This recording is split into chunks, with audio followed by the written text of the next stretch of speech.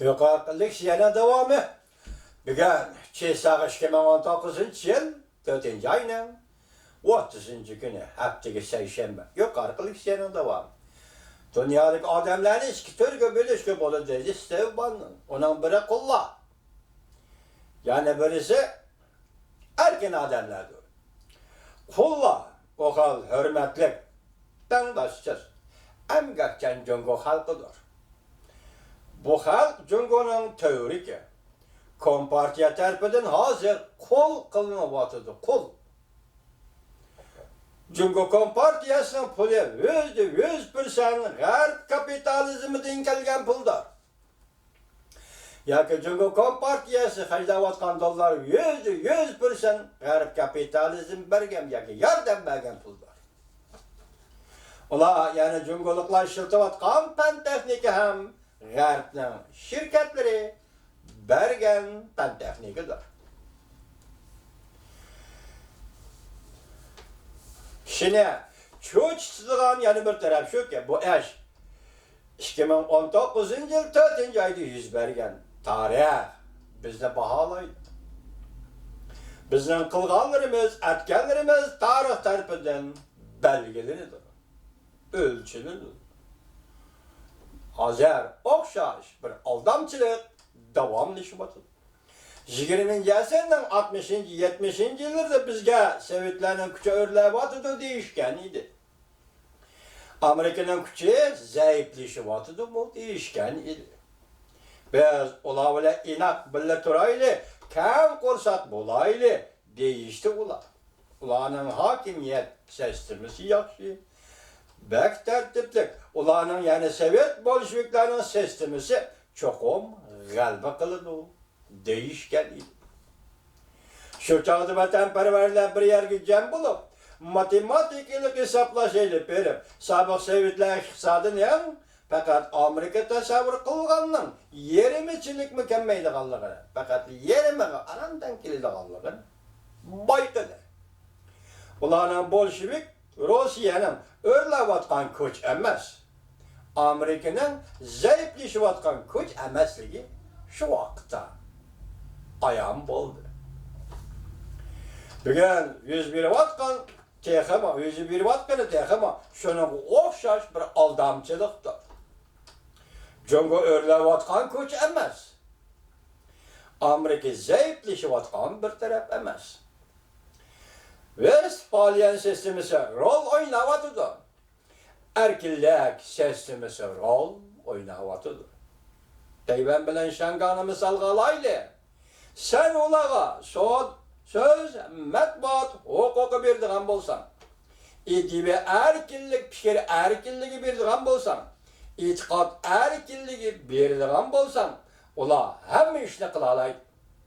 Ola hem işini kılalay. Lekin kulak lagırıga meblağ salıdığan bolsan ve bütün dünyada kulak lagırıga yasaydıgan bolsan yaki yığılış lagırlığını yasaydıgan bolsan elbette radikal kompartiyanın muşundaq bari planı var. Kulak sabık Sovetler devrindeki emgek bilen özgertiş diyenliktir bu hazır. Cungo Kompartiyasının ağzında lavgay emgek bilen özgertiş.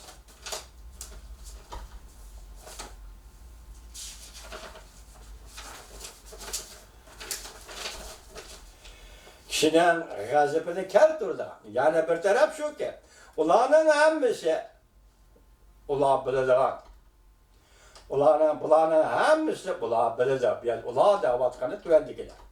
London'da pul mamılı organı merkezde işlevatkan kişiler, biz sözlüğün sözlerinin hemmisini bilirdik.